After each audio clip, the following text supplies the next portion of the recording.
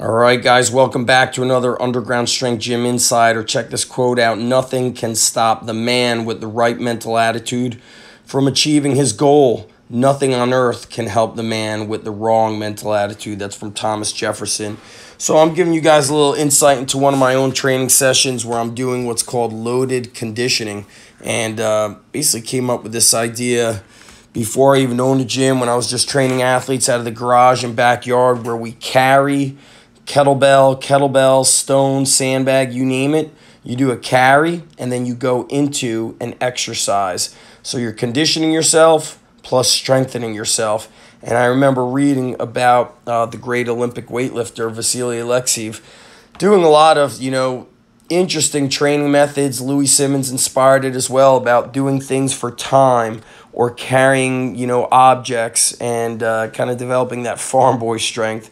So as Jim Wendler says, we're so lazy as a society that we have to exercise to create our own manual labor. So props to all you guys out there working on the farm.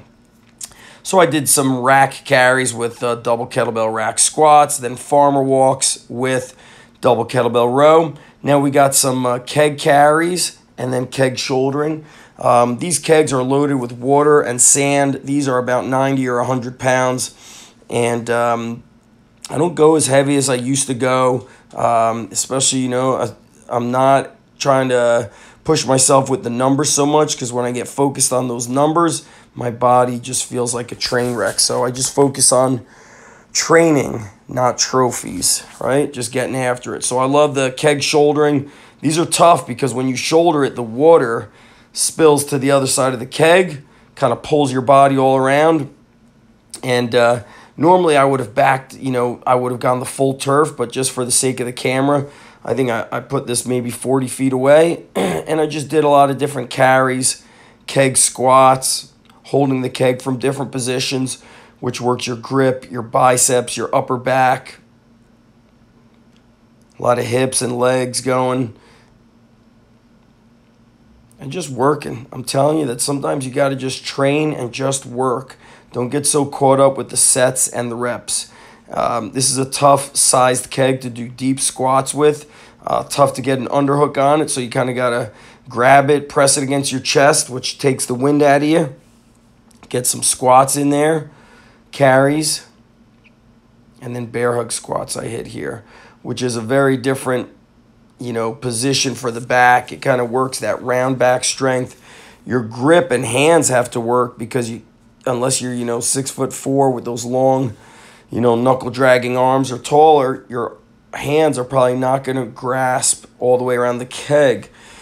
This ring complex here, I do it often during a warm-up, and I also sneak it in throughout the workout. So I want to get 3, 4, 5 rounds of face pulls, move up a little bit, get some scarecrows, get that upper back and rear delt, getting all the rhomboids working. These are great. And then this next is a favorite exercise for triceps and abs. It's just a bodyweight tricep extension. So you step back, you grab one ring or both rings, and you want to go under the rings, press back, and when you go under and back, your abs are working, shoulders and lats are stabilizing, and triceps are working. And right here, I'm just doing kind of like what you would do with an ab wheel rollout. I'm doing like a walkout with the rings to work the abs. So I'm not one for sitting around in between sets, so I'll do something tough, then I'll sneak in other exercises. Even if I'm just putting away Olympic plates, you'll see me curling them, doing overhead triceps. You'll see me doing front raises. If I'm done floor pressing with chains, while I'm carrying the chains back, I'm curling them and doing side raises. Here's a lighter keg that we use for our middle school athletes, 60 pounds, but it allows you to get underneath it. This was obviously not, challenging. This was actually the first warm-up set, but when I uploaded these videos, it didn't go in properly. So squatting, lunging, and good mornings is what I'm going to be doing with this lighter water-filled keg.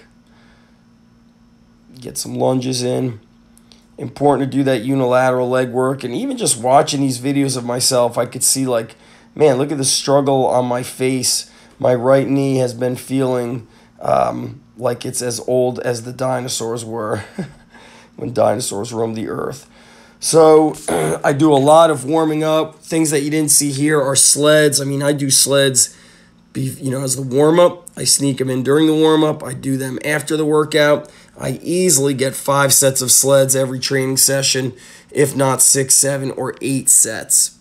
All right, so summertime is here, and it's a common theme amongst the high school athletes, some of the middle school athletes, but school is out. The boys are gonna wake up at 11 a.m. or 12 noon. They're gonna have maybe a bowl of cereal, a bagel with butter, some sort of food from a deli. Then they're gonna stay home, play video games all day. They're not gonna get any fresh air, no outdoors. Show up for the last training session at 6 o'clock, and they're gonna cramp up. They're gonna be exhausted. They're gonna be outside getting fresh air every 5 to 10 minutes. You cannot be a champion living the life of, I don't even know, try to put it nicely, mediocre at best, and then you waste your parents' money. You disrespect their hard-earned money to pay you to become a champion. To be a champion, you gotta do it all. You gotta get obsessed about your lifestyle, your eating, do everything. Don't be average, be great.